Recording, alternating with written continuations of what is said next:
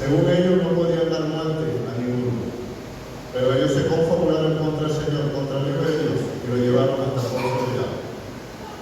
Lo que quiero afirmar de nuevo, hermanos, es que mañana para nosotros, como todos los días, puede ser un culto. Todos los cultos, todas las reuniones son especiales. Son para el Señor. El Espíritu Santo está entre nosotros en este día de hoy. Pero el día de la cena del Señor, el primer día de la semana, tenemos que estar preparados de corazón, de mente y espíritu para presentar adoración a Él. Para estar preparados, para estar pensando en el único pensamiento, el centro de la reunión tiene que ser nuestro Señor Jesucristo. Por medio de los emblemas que ponen en medio de nosotros en aquella mesa, la copa o el cáliz y el pan. El cáliz representando toda la sangre derramada para salvarnos a nosotros. El pan representando, hablándonos de su cuerpo maltratado, herido como hemos herido él. ¿Cuánto no sufrió nuestro Señor por nosotros? Y me gustó una estrofa del primer libro que cantó nuestro hermano Euclides, donde dice que la pena de muerte, la pena de muerte, el Señor la pagó por nosotros. Ese día de la crucifixión. Los que ya somos salvos, los que ya hemos creído al Señor, tenemos un privilegio muy grande. Y tenemos por delante la cena del Señor. Dice la palabra de Dios, hacer memoria de Él mientras Él venga. Y estamos esperando al Señor que venga por nosotros para llevarnos al cielo. Entre nosotros en esta noche, no conozco aquí, si hay alguien que no ha conocido al Señor, que no ha creído en Él, que ainda no es salvo, hoy es una gran oportunidad. Cada día, cada noche, en este lugar, los días de culto, se predica, se entrega esta palabra de Dios. Para aquellos que no son salvos, para darles salvación. Pero para los que ya son salvos, para afirmar la certeza de que vamos a ser ciegos y que tenemos un Salvador muy grande. Vamos a seguir observando, hermano, lo que tenemos por delante. El Señor Jesucristo delante del gobernador. Y donde hemos leído allí, dice que no en Isaías, el profeta profetizando, dice que iba a haber un silencio en el Señor. Y eso sorprendió a aquel gobernador. No abrió su boca ni una palabra. Pero antes de aquello, él le pregunta, ¿eres tú el rey de los judíos? Y Jesús le dijo, tú lo dices. Y allí con esas palabras estaba reafirmando que era el propio Dios. Estaba reafirmando, hermano, que el Señor era el mismo Dios. Era la afirmación, como habían escrito algunos, de su grandeza. Solo con esas tres palabras, tú lo dices. Tú lo dices, tú que me estás juzgando, no tienes poder en mí, dice la palabra de Dios más adelante. Entonces, allí vamos a ver la mansedumbre del Señor, cumpliendo todas las profecías, callado, haciendo silencio.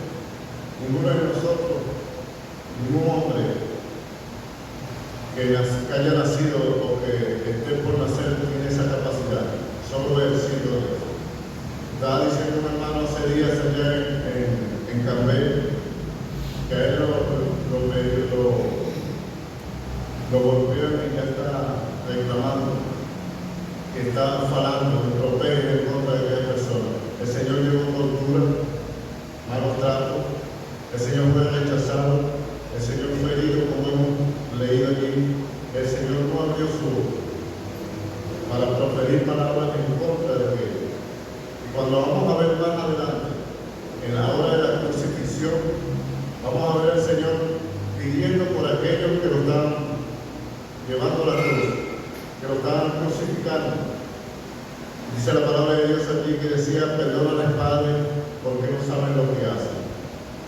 Esa persona de la que estamos hablando en esta noche, el Señor Jesucristo, nuestro Salvador, nosotros lo presentamos a Él esta noche.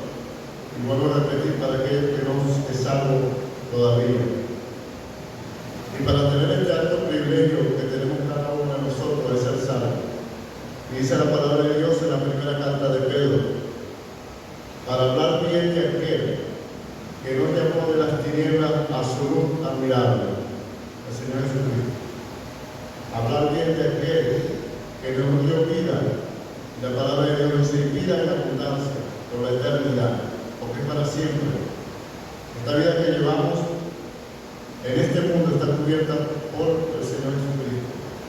Dice Hebreos que somos peregrinos en este mundo. Caminamos en el desierto, pero no rumbo al cielo. Nosotros vamos leyendo en las cartas del apóstol Pablo, hermano. Filipenses, Romanos, Colosenses, cada una de ellas tiene un adjetivo especial para nosotros, miembros de la familia de Dios. Estamos espiritualmente hablando, disfrutando de las glorias de Cristo en este momento, porque somos salvos. Estamos en el cielo junto al Señor espiritualmente hablando. Mientras estamos en este mundo, en este ajetreo, como dicen aquí en esta correría, cada día, cuando tenía por delante, llegando este día sábado, que tenía esta responsabilidad, orando al Señor, le pedía que me diera fortaleza para hablar bien de la palabra de Dios, para transmitir lo que está aquí escrito. No tengo las capacidades ciertas, pero lo que sí sé es que soy salvo y tengo una garantía de que voy al cielo. Eso es lo que nosotros queremos presentar a aquellos que no son salvos, familiares cercanos de nosotros. En Venezuela tengo a mi mamá, a mis hermanos que no conocen al Señor. Cuando nosotros empezamos a leer la palabra de Dios, cuando nosotros empezamos a estudiar la palabra en Apocalipsis y todo lo que le viene para este mundo, cae un mensaje en nuestros corazones de aquellos familiares que no son salvos todavía. Lo que queda es orar por ellos. Entonces, si aquí entre nosotros, entre las familias que están aquí en este lugar, y en Cambé también, todavía no ha creído el Señor, es una oportunidad de oro. Presentar a este Salvador para nosotros es un honor, como dije antes, como siempre digo. Y no tener la capacidad entera, porque no nos daría la noche, hermano, para hablar de los atributos de Dios, los atributos de su Hijo, unigénito, único. Vamos a Hebreos, y dice la palabra de Dios en el primer capítulo, versículo 1, la imagen misma de su sustancia, el resplandor de su gloria. Es Dios, era Dios. Y está allí frente al gobernador romano, para ser interrogado, para ser acusado y para ir a la cruz. El Señor está de pie delante del gobernador. Cuando vamos a ver en el Evangelio de Juan, cuando van a buscar al Señor en aquel jardín, preguntan quién es Jesús de Nazaret, y él responde: yo soy. Dice la palabra más adelante, cuando él dijo yo soy, cayeron las piedras. Y esta es una impresión aquí. La misma admiración que tiene Pilato, el gobernador romano aquí, que queda admirado de él, porque lo están acusando. Y saben que es falsas acusaciones para la palabra de Dios. Antes, en el versículo del capítulo 26, dice que Pilato sabía que por envidia lo habían entregado. Y él está maravillado de aquel Señor, de aquel hombre delante de él. Y esa admiración, hermano, debería tener cada uno de nosotros que seamos salvos por ese Señor cada día de nuestra vida. Y esa admiración y ese asombro que experimentó Poncio Pilato, el gobernador, debería ser de cada uno de aquellos que no conocen al Señor.